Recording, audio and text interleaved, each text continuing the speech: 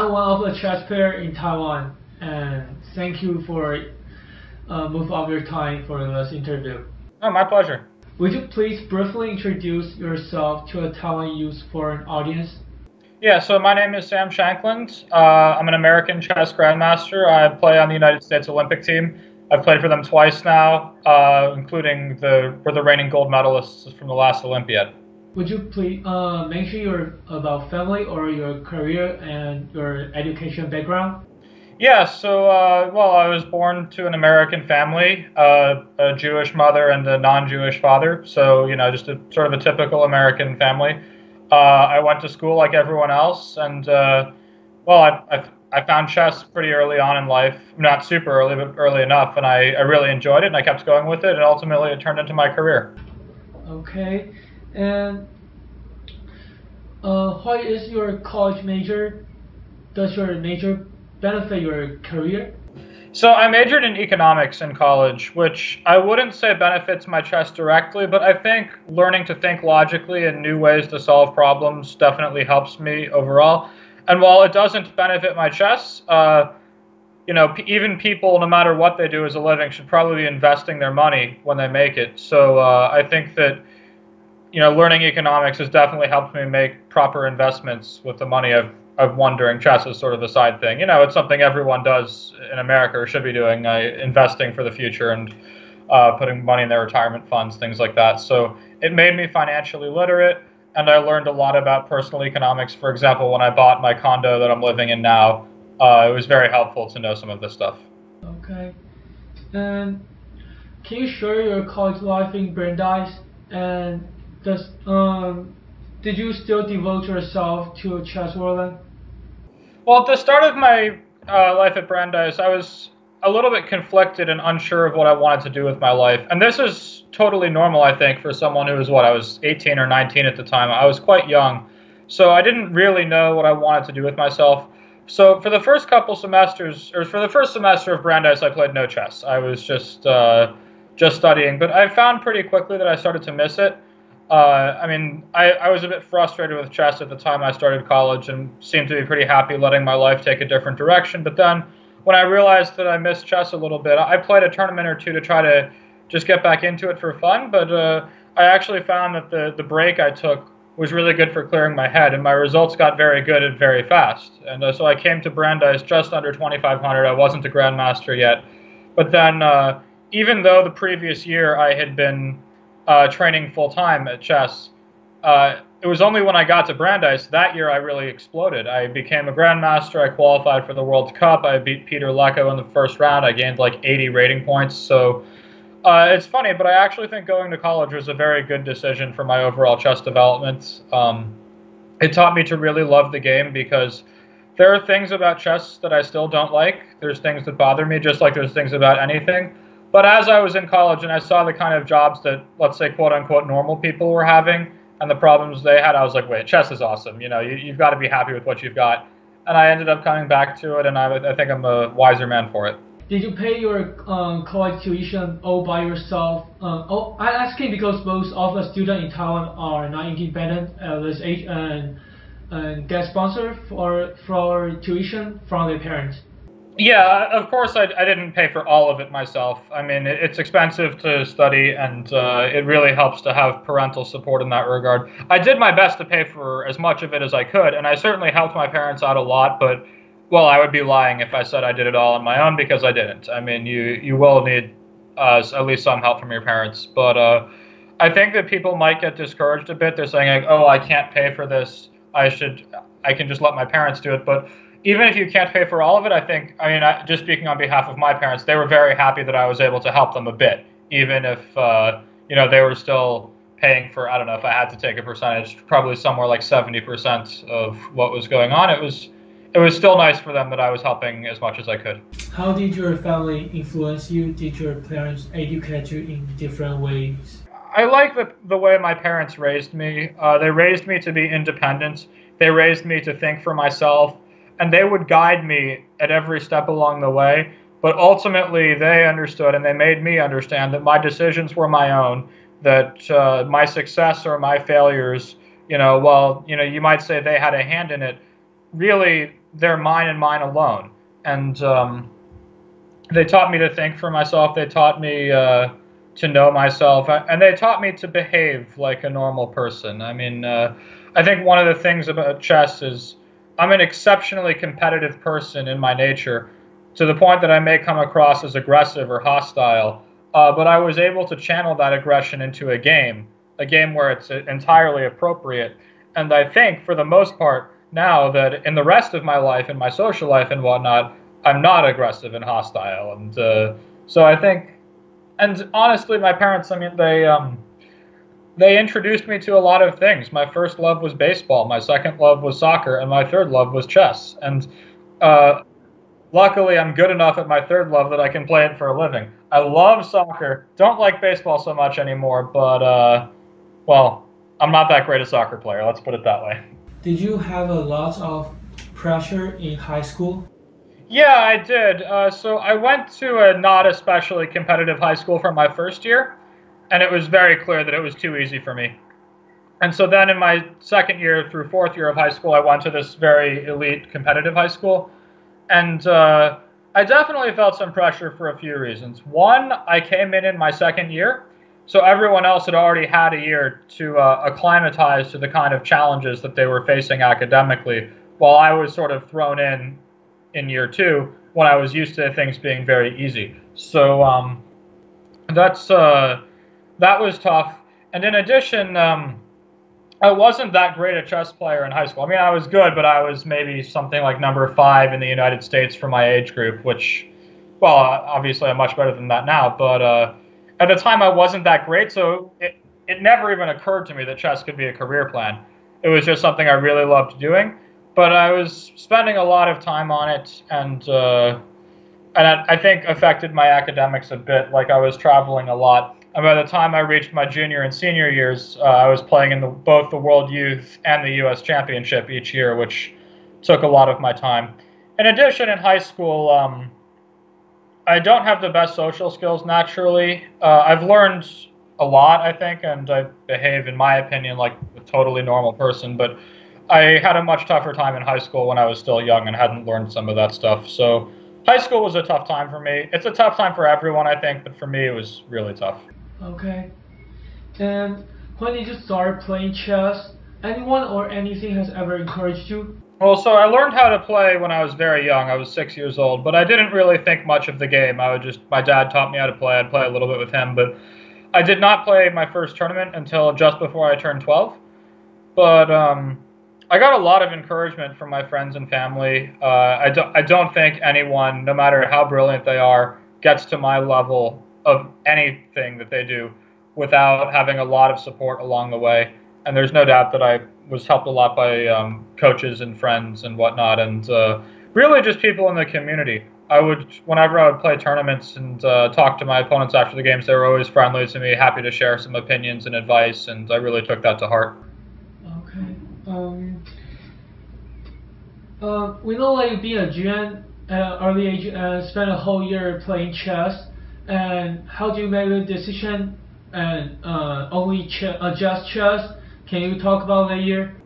Yeah, so I became a grandmaster pretty young. I was 19. Now that's not absurdly young. There are much younger grandmasters than that, but it's pretty young. It was clear that I was showing some success at a reasonably early age, and well, my decision to really be a full-time chess pro was largely taken after I graduated college. I mean, I wanted to finish up and get an education.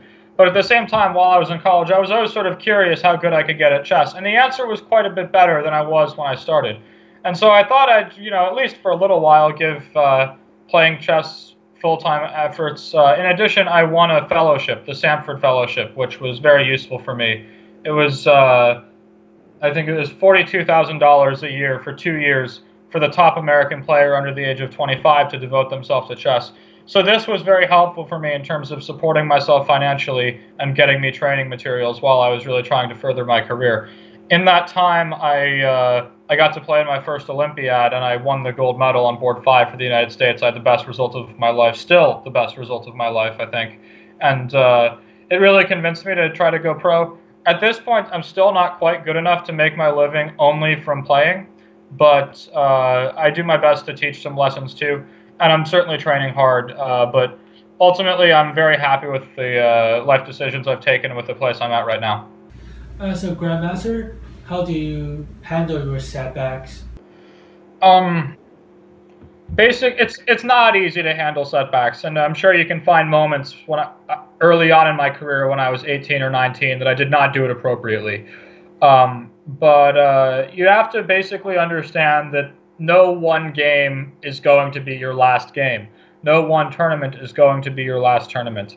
Looking at it now, for example, in the recently concluded U.S. Championship, Alexander Onischuk, a semi-retired player, 42 years old, tied for first.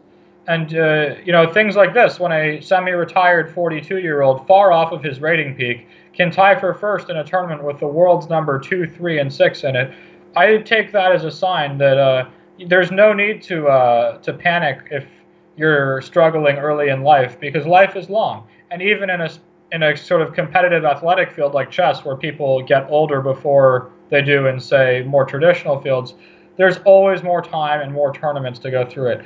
And having a coach or a parent or some older person who's a bit more mature to explain that to you when you're young, I think, is very important. It's something I largely lacked at the time, and something I wish I could have changed. How did you become a self-disciplined person? I think I've always just been good at scheduling.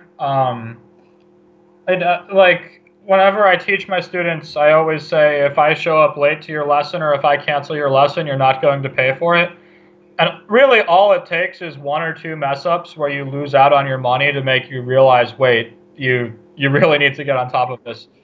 I don't do anything that complicated. I use Google Calendar, and just whenever I have an appointment, I write it in and I make sure that it's not overlapping with anything else. And then, now I have Google Calendar on my phone too, so it just always.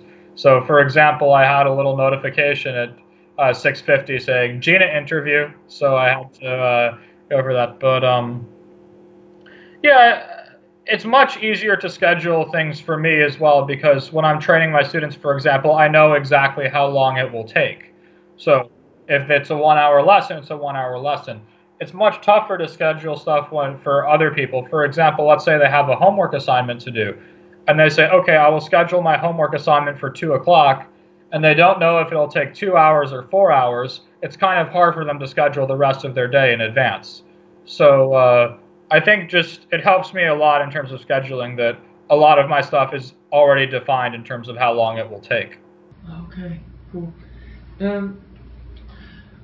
Lots of people will be back to college after they become GM. Why did you decide to go back to college after becoming a GM? Well, I have to say, when I started college, I was not a grandmaster. I became a grandmaster in my first year of college. So, but it's still maybe a valid question. Why did I return to college after that? I mean, it was a lot of things. One, I wasn't really sure if I wanted to be doing chess full time, because Grandmaster now does not mean what it used to. It's a very prestigious title to have, but you have to keep in mind there's like 1,400 Grandmasters in the world. Just because you're a Grandmaster, that does not mean you're going to be challenging for the World Championship. It does not mean you're going to be living the high life. So I needed to get a little bit, or maybe a lot stronger than that, to really become a full-time player. So part of going to college was just wondering, well, I always try to believe in myself, but there is a possibility that, 2,500 or so is the maximum I'll ever get. And it's a possibility that everyone has to think about at any point in their career. They're like, what if I don't get better than this? And to me, especially as someone, I was 19 or 20, I was thinking, I thought I'd get better, but I have to get a fair amount better. And I thought that college was really, for better or for worse, I didn't really understand why at the time, but I think it was having a very positive impact on my results. I was playing better, I was doing better, and somehow I think that it grounded me in a lot of ways, so I thought I should continue. In addition, my parents, for the most part, have let me make my own decisions in life, but they really wanted me to get an education, and I mean, again, I don't think it's a good idea to do something as an adult just because your parents tell you should, but in this specific case, I think I let their influence decide a little bit that it factored in a little bit that I should continue on, and I think I made the right choice in this case. I certainly agree with my parents that it's important to get an education, even if you won't end up using it directly in your work after college. You being a junior at a young age and teaching kids and teenagers when you were a freshman in Brandeis, even having your own method, the Shankland method, your story is an inspiration to us. What supported you and made you choose this particular career path? Is there any turning point? Well, there's a lot of things I like about being a chess pro. I mean, first of all, I'm not totally satisfied with where I am at right now, and that I have to do some teaching and writing and video stuff, like the stuff you're describing. And I'd rather just play exclusively, but I'm not quite good enough for that. I'm roughly world number 60, and you probably have to get up to number 20 or so to get to that level. So I'm happy to, but I have to pay the bills in between. But as stuff goes, I'm actually quite happy with the stuff I do. I'd rather be playing, but ultimately, the things that I really enjoy about the work I do is that I get to choose my own hours. So I can choose when I want to teach my students. I can make my own schedule. I don't have to report to a boss. If I want to take a day off or a vacation, or if I'm sick, it's no problem at all. There's no one to ask permission of. And the pay is quite good. I'm not, making millions of dollars and living in a high-rise in San Francisco, but it's definitely good money, at least in my opinion. And I try to make a difference in a lot of ways. I mean, so for example, if I were to say take another skill I have is trading stocks, I'm not nearly as good at trading stocks as I am at chess or at teaching chess. But ultimately, let's say I trade stocks, and suppose I were to do it full time and make a whole ton of money. I'm sort of asking myself, who have I helped doing this? It's more I've kind of sucked money out of the system for my own personal gain. And I don't really take any moral issue with that, because everyone who enters the stock market has to understand they can win and they can lose. And I certainly do trade on my own time. But if I think about comparing the impact on society that makes, and then on teaching people, adults and everyone chess, I think that teaching chess is doing more for the world. So it gives me some sense of fulfillment. I'm aware that there's a difference between teaching chess and solving global warming or any of the other major issues that humanity faces, but I think that in my own way, I'm just trying to make the world a better place, as well as earn a comfortable living and have a job with my own hours and lots of travel and playing a game that I love. Has chess changed your life? You mentioned that you have highly competitive nature and you channel to the game. Could you tell us more about that? Well, it's changed me in so many ways. I've been to 45 countries or something. I mean, I've met so many kinds of people. I feel I've gotten a rich educational experience just from the travel. I've learned a lot of life lessons in terms of how to handle adversity and things like that. But and like you were speaking about with channeling my competitive energies, I mean, I just remember like when I was a little kid, and maybe this was just because I was a little kid and I didn't know how to socialize, but when I would like get competitive with my classmates about how long it took us to solve multiplication problems, nobody wants to be next to a guy who's like got the timer next to him and saying, okay, I can solve 60 problems in 1 minute. Can you solve them that fast? It's just unpleasant and nobody likes it. So I'd hope that if I hadn't found chess, I would have matured beyond that. And I'm still a very competitive person in general. I mean, anyone who's ever played soccer or basketball with me will know that. I don't like to lose, and I play these games and stuff, but I think it definitely it gave me a place to channel my competitive energies so that I don't have to really just behave like a jerk to the people around me anymore. Lots of people may find a good job on Wall Street straight out of college, but you still devote yourself to chess. How did you make the decision, and have you ever thought about taking a different career path? Yeah, I've definitely thought about taking different career paths, especially like, let's say I'm at the U.S. Championship or some really important tournament and I lose a really tough game and it's just really painful and you just feel so bad. You have to go back and play the next day when realistically you just want to go to a bar and forget it all. It's like, there's definitely times when chess is really tough, but I really love the game, and as long as I can continue to feed myself, which I'm doing totally fine. I'm a property owner in California, which is not easy to do. I'm quite happy with the life I've chosen. There's definitely a difference in people. For example, my mother is sort of a very strict, disciplined kind of person. She's very successful in her own way. She's a judge, and but her definition of success or what you should do is It starts with kindergarten, elementary school, middle school, high school, college, graduate school, high-paying corporate job, and then family, kids, whatever. And it's sort of a very linear way of thinking, which is totally fine, and it's worked for her. She's a very successful person. While my dad, on the other hand, never really took college that seriously, and he got into computers just before they became the next big thing. Also very successful, but in a very different way. And so it's funny because I'm a lot like my dad in that regard. I didn't take school that seriously. I found what I was good at, I stuck with it, and it became my career, and it worked out great for me. While, for example, my brother is much more like my mom. You know, he'll be starting work at a computer coding company shortly. So really, it's just, I like the freedom that chess brings me. I like my own schedule. I mean, there are some people that really need to have a specific time you wake up in the morning, a specific time you get to the office to feel productive, and, you know, more power to them, but that's not really who I am. So I'm certainly happy with the life path I've chosen. In the future, will you go back to school for further study, or still take playing or teaching chess as your lifelong career? I expect it to be my lifelong career. I don't really want to go back to school. I think my education is complete. I have learned what I needed to learn to become an educated human being. I think if I were to get any more to go back to school, it would only be for a very specific reason or a very specific field. I don't think any general education would really help me much more now. But so if I specifically wanted to study one thing, I could get a doctorate in economics, I guess. But I just don't see that as something I'm doing. I'm very happy with my life as is, and I think I'll continue to be that way. And, well, you shouldn't mess with your life if you're already happy. Okay. And you have traveled to many different countries and met people with different background. Do you think this cultural experience benefit you? In what ways? Oh, yes. I've traveled all over the world. I've met people from all walks of life, from many different countries. It's benefited me just in my career because, for example, chess players from Russia and chess players from India are taught in very different ways, have very different styles, and you can learn a lot from both of them.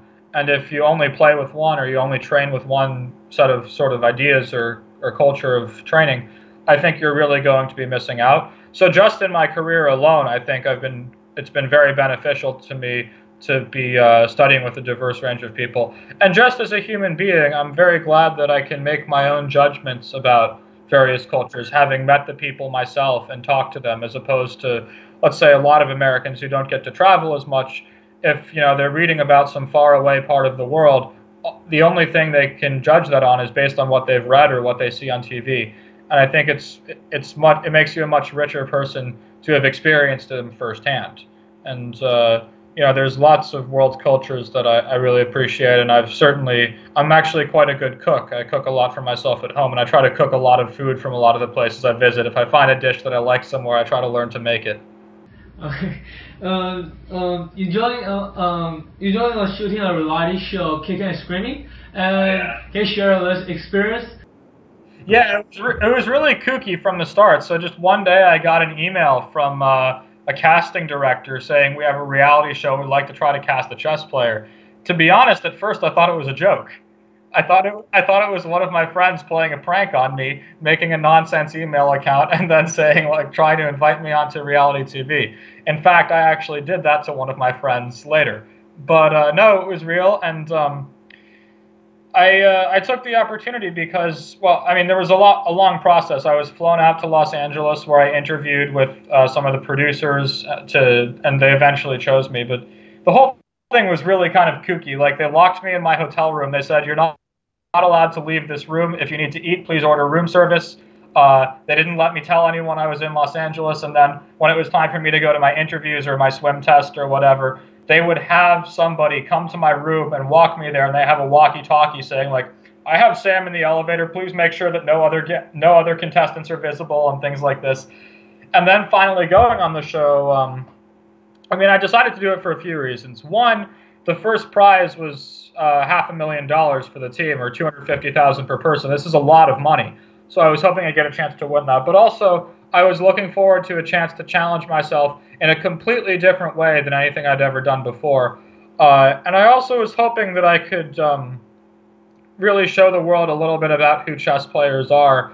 We certainly have a reputation of being very nerdy people, mostly men who aren't very successful with girls and have like the huge glasses and just look really weird and have weird voices. And my goal was to show them that chess players can be, young, fit, athletic people like anyone else. I think I came across a little bit arrogant on the show, but you can't always control how you're edited. And well, I did say those things, so I can't really complain too much, right?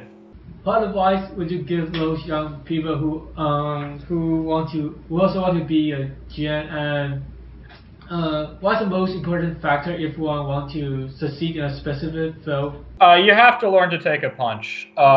There's a lot of fields where you can be good or even really good, and that's enough. Like, for example, if you're a lawyer or a doctor, you don't need to be a great lawyer or a great doctor. Let's say you're a good lawyer or a good doctor. You're going to do very well for yourself in life. It's, you don't need to be attorney general or one of the highest ranking defense attorneys. If you're a standard lawyer, let's say top 20% of the lawyers in America, you're probably going to make $1 million.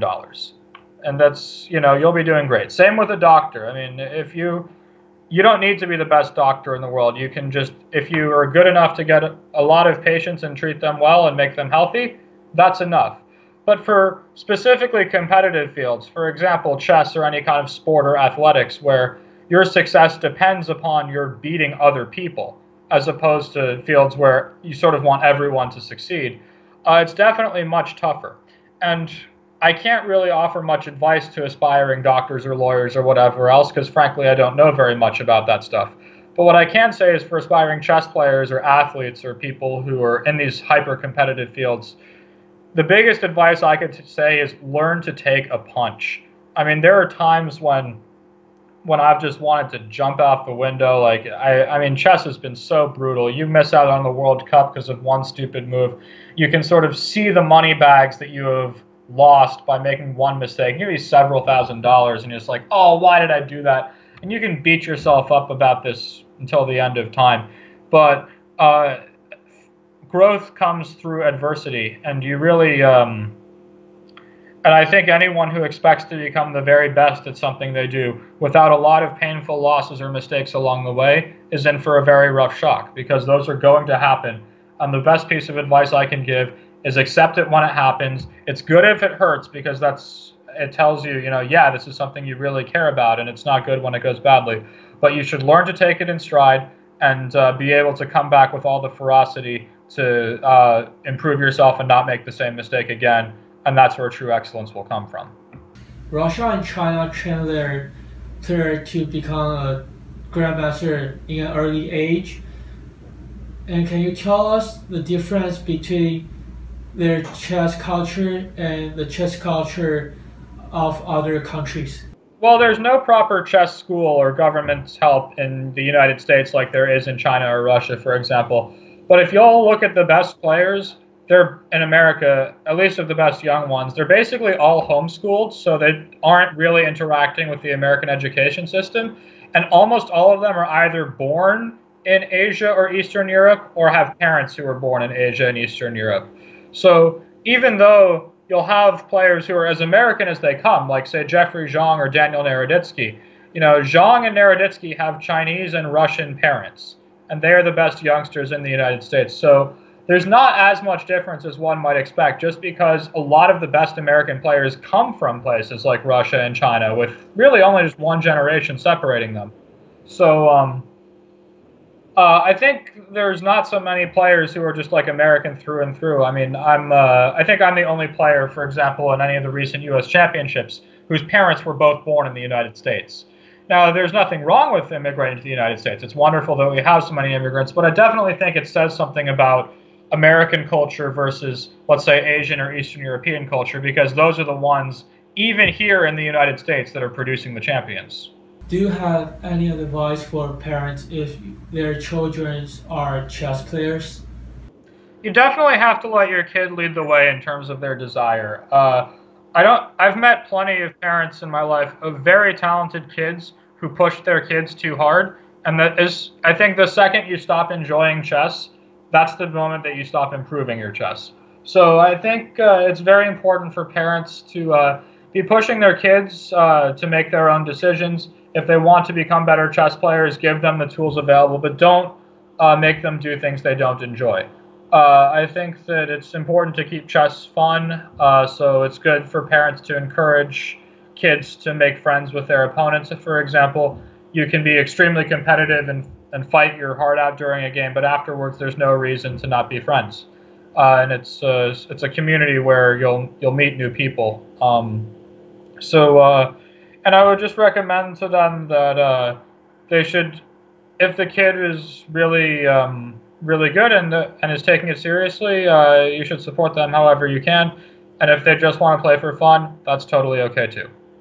If you have a chance to tell your younger self an advice or a message, what would you tell him? I would say don't worry as much about success in the moment. Don't worry as much about your direct wins and losses or becoming a grandmaster or things like that. Worry about how much you can learn, because it's very easy to sort of see your peers going farther than you and wondering what is it that they're doing that's better than me and things like that, and think about your failures and get discouraged. But and it's very easy to think that wherever you are in life, your next goal is going to be the most important one. I remembered when I wasn't quite a grandmaster, I was thinking, man, like becoming a grandmaster, that's the highest title in all of chess. It's such a huge deal. But realistically, it's big, but there are other milestones that I think are much more important. And the less you worry about the little ones, I think the easier the big ones will come.